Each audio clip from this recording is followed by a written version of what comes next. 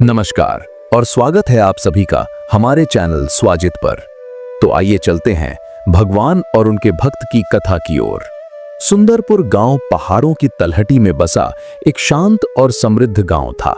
यहाँ के लोग सीधे साधे और ईमानदार थे, लेकिन पिछले कुछ सालों से गांव में एक नाम सबके दिलों में डर बनकर घर कर गया था, राहुल। राहुल गांव का ही एक युवक था, लेकिन उसने चोरी को अपना पेशा बना लिया था। राहुल एक कट्टर नास्तिक था। वो भगवान, धर्म, कर्म सबको ढकोसला मानता था। उसका कहना था, जो दिखता है वही सच है, भगवान नाम की कोई चीज नहीं होती।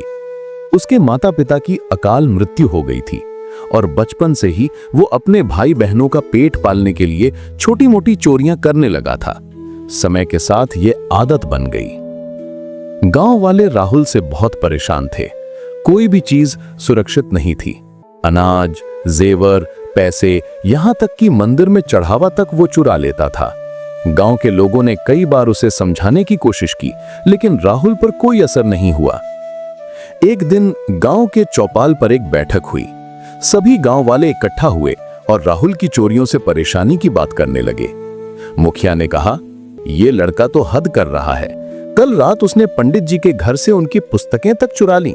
एक बुजुर्ग ने आवाज उठाई, हमें कुछ करना होगा, नहीं तो ये गांव को लूट कर ही दम लेगा। तभी गांव के पंडित जी बोले, एक बात सुनो, पहाड़ी पर जो प्राचीन शिव मंदिर है, उसमें हमारे पूर्वजों ने एक खजाना छुपा रखा है। ये खजाना सैकड़ों साल पुराना है और हमारे गांव की आपातकालीन स्थिति के लिए है। सभी की आंखें चौंधिया गईं। पंडित जी ने आगे कहा, शिवरात्रि आ रही है, हमें इस खजाने की सुरक्षा के लिए पहरेदारी बढ़ानी होगी। राहुल को इसके बारे में किसी भी हाल में पता नहीं चलना चाहिए। लेकिन उन्हें क्या पता था कि राहुल उसी पेड़ पर छुपा बैठा था जिसके नीचे बैठक हो रही थी। उसने सब कुछ सुन लिया था। राहुल अपनी झोपड़ी में वापस लौटा। उसके मन में विचार आया, यही मौका है। अगर मैं ये खजाना चुरा लेता हूं तो मेरा सारा जीवन आराम से कट जाएगा। मुझे फिर कभी चोरी नहीं करनी पड़ेगी। ये मेरी आखिरी चोरी होगी। उसने योजना बनाई कि शिवरात्रि के दिन जब सभी लोग मंदिर में इकट्ठा होंगे और रात भर जागरण करेंगे, तब वो मंदिर के पिछले रास्ते से घुसकर खजाना चुरा लेगा। शिवरात्रि का दिन आ गया। पूरा गांव मंदिर में इकट्ठा हो गया। भक्ति के गीत गूंजने लगे। घंटियों और शंख की आवाज से पूरा वातावरण पवित्र हो गया। राहुल अपनी झोपड़ी में बैठा समय गुजरने का इंतजार कर रहा था।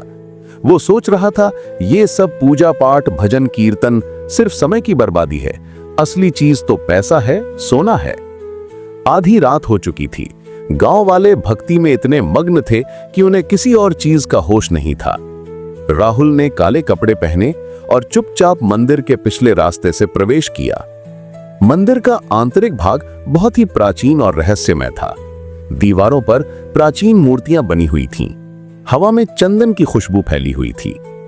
राहुल ने पंडित जी के बताए अनुसार गर्भगृह के पास एक छिपे हुए दरवाजे की तलाश शुरू की। अचानक उसकी नजर एक बड़े शिवलिंग पर पड़ी। शिवलिंग पर फूल और बेलपत्र चढ़े हुए थे। एक पल के लिए राहुल का मन डगमगाया। उसने सोचा, क्या सच में कोई भगवान होता है? अगर होता तो क्या वो मुझे ये चोरी करते देख रहा होता? लेकिन फिर उसने अपने आप को समझाया, ये सब अंधविश्वास है। मैंने तो आज तक किसी भगवान को नहीं देखा। चलो काम पर लगते हैं। राहुल ने आखिरकार वो छिपा हुआ दरवाजा ढूंढ ही लिया। दरवाजा बहुत भारी था, लेकिन राहुल ने पूरी ताकत लगाकर उसे खोल ही दिया। अंदर एक छोटा कमरा था जिसमें सोने चांदी के सिक्के, जेवर और कीमती पत्थरों से भरे हुए संदूक रखे हुए थे। राहुल की आंखें चमक उठीं। उसने जल्दी से एक बड़ा थैला निकाला और उसमें जेवर और सिक्के भरने लगा। वो इतना उत्साहित था कि उसे आसपास की किसी भी चीज का होश नहीं था। अचानक एक तेज प्रकाश से पूरा कमरा जगमगा उठा। राहुल ने घबराकर पीछे मुड़कर देखा। वहां शिवलिंग से निकलता हुआ एक दिव्य प्रकाश था जो धीरे धीरे एक मानवाकार रूप ले रहा था। एक आवाज गूंजी, राहुल। राहुल का खून सूख गया। वो कांपने लगा। उसने आज तक ऐसा कुछ नहीं देखा था। सामने एक दिव्य पुरुष खड़ा था जिसके 3 नेत्र थे, गले में सर्प था और हाथ में त्रिशूल था। तू कौन हो? राहुल ने डरते डरते पूछा। मैं ही तो हूं जिसके घर में तू चोरी करने आया था। राहुल के पैरों तले जमीन खिसक गई। वो जमीन पर गिर पड़ा। प्रभु, मुझे माफ कर दीजिए, मैंने आपको पहचाना नहीं।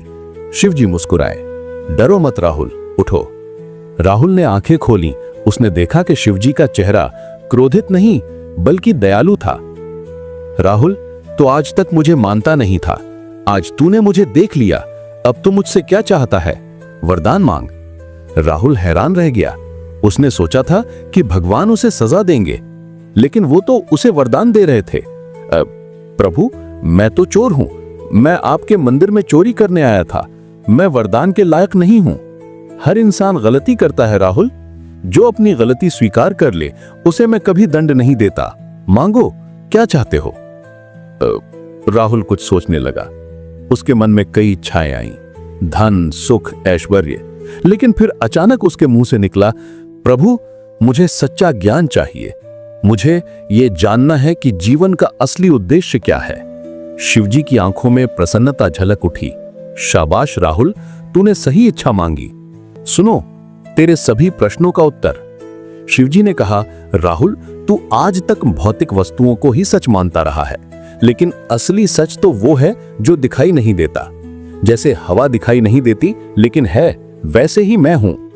पर प्रभु, अगर आप हैं तो दुनिया में इतना दुख क्यों है, इतनी गरीबी क्यों है, इतनी अन्याय क्यों है? राहुल ने पूछा। तो ये तो कर्म का सिद्धांत है राहुल। जैसे बीज बोओगे वैसा फल पाओगे। तूने चोरी का बीज बोया, इसलिए डर और अपमान का फल पाया। अगर तू अच्छे कर्म करेगा तो अच्छा फल पाएगा। लेकिन प्रभु, मैंने तो गरीबी में जन्म लिया, मेरे पास कोई विकल्प नहीं था।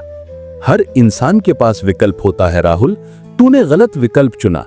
तू मेहनत कर सकता था, तू गांव वालों की मदद कर सकता था, लेकिन तूने आसान रास्ता चुना, चोरी का। राहुल का सर शर्म से झुक गया। शिवजी ने आगे कहा, राहुल सुनो, जीवन का असली उद्देश्य सिर्फ खाना पीना और सोना नहीं है। असली उद्देश्य है सेवा, प्रेम और दया। जब तू दूसरों की मदद करेगा, तुझे जो खुशी मिलेगी वो किसी भी खजाने से बड़ी होगी। राहुल की आंखों में आंसू आ गए। प्रभु, मैं समझ गया, मैंने बहुत बड़ी गलती की। क्या मैं अब भी सुधर सकता हूं? हाँ राहुल, शिवजी मुस्कुराए। मनुष्य जन्म इसलिए मिला है ताकि तू गलतियों से सीखे और सुधरे। आज से तो नया जीवन शुरू कर सकता है। लेकिन प्रभु, गांव वाले मुझ पर कभी विश्वास नहीं करेंगे। तू सच्चे मन से प्रयास कर, मैं तुझे शक्ति दूंगा। अब जाओ और याद रखो, मैं हमेशा तेरे साथ हूं। इतना कहकर शिवजी अदृश्य हो गए। प्रकाश धीरे धीरे फीका पड़ गया और कमरा फिर से अंधकारमय हो गया। राहुल वहां से उठा। उसने सारा खजाना वापस रख दिया और मंदिर से बाहर आया। बाहर आकर उसने देखा कि सुबह हो रही है। पहली बार उसे सूरज की किरणों में एक अलग ही प्रकाश दिखाई दिया। पक्षियों की चहचहाट में एक अलग ही संगीत सुनाई दिया। वो सीधा गांव के मुखिया के घर गया। सभी गांव वाले वहां इकट्ठा थे। राहुल ने सबके सामने अपने घुटने टेक दिए। मुझे माफ कर दो, मैंने बहुत पाप किए हैं। कल रात मुझे भगवान शिव के दर्शन हुए हैं। मैं अपना जीवन बदलना चाहता हूं। सभी हैरान रह गए। किसी ने विश्वास नहीं किया, लेकिन जब राहुल ने पूरी कहानी सुनाई और मंदिर का सारा खजाना लौटा दिया तो सबको विश्वास हो गया। मुखिया ने कहा, राहुल, अगर तू सच में सुधरना चाहता है तो हम तुझे एक मौका देते हैं। उस दिन के बाद राहुल पूरी तरह बदल गया। उसने गांव के लोगों की सेवा करनी शुरू कर दी। वो बूढ़ों का काम करता, बीमारों की देखभाल करता, गांव की सफाई करता। धीरे धीरे गांव वालों का विश्वास जीत लिया। कुछ साल बाद राहुल गांव का सबसे सम्मानित व्यक्ति बन गया। उसने एक छोटा सा स्कूल शुरू किया जहां वो बच्चों को नैतिक शिक्षा देता था। वो अक्सर कहता था, भगवान हर जगह है, हर किसी में है। जब तू किसी की मदद करते हो तब तू भगवान की ही सेवा करते हो। एक दिन गांव वालों ने मिलकर राहुल को गांव का मुखिया बना दिया। अब वही गांव का रक्षक बन गया जो कभी चोर हुआ करता था। शिवरात्रि के दिन राहुल हमेशा मंदिर में जाता और भगवान शिव को धन्यवाद देता। वो कहता, हे प्रभु, आपने मुझे नया जीवन दिया, आपने मुझे सच्चा ज्ञान दिया। मैं आपकी कृपा का हमेशा आभारी रहूंगा। हर भगवान की कथा में छिपा होता है एक रहस्य, एक सीख और एक गहरा भाव। अगर आपको यह कहानी पसंद आई हो तो लाइक जरूर करें, कमेंट में अपनी भावना व्यक्त करें और सब्सक्राइब करना ना भूलें। हम फिर मिलेंगे एक और सुंदर और अनकही भगवानी कथा के साथ। तब तक जुड़े रहिए हमारे साथ, जहां हर कथा भक्ति जगाती है और हर रहस्य दिल को छू जाता है। हर हर महादेव।